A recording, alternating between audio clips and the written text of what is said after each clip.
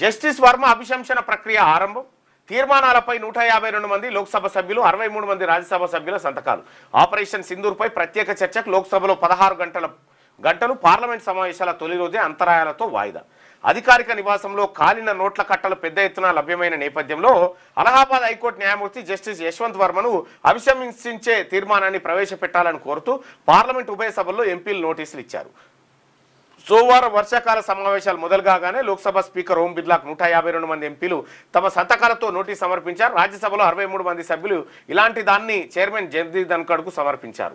లోక్సభ సభ్యులు నోటీసు ఇచ్చిన విషయాన్ని న్యాయశాఖ మంత్రి అర్జున్ రామ్ మేఘ్వాలా ధృవీకరించిన తర్వాత ధన్ఖడ్ స్పందిస్తూ జడ్జి అభిశంసనకు ఉపసభల్లో ఒకే రోజు నోటీసు వచ్చినప్పుడు సభాపతులు ఇద్దరు ఒకసారి కలిసి ఒక కమిటీ నియమించాల్సి ఉంటుంది. ఆ మేరకు తదుపరి చర్యల్ని సెక్రటరీ జనరల్ చేపడతారని చెప్పారు.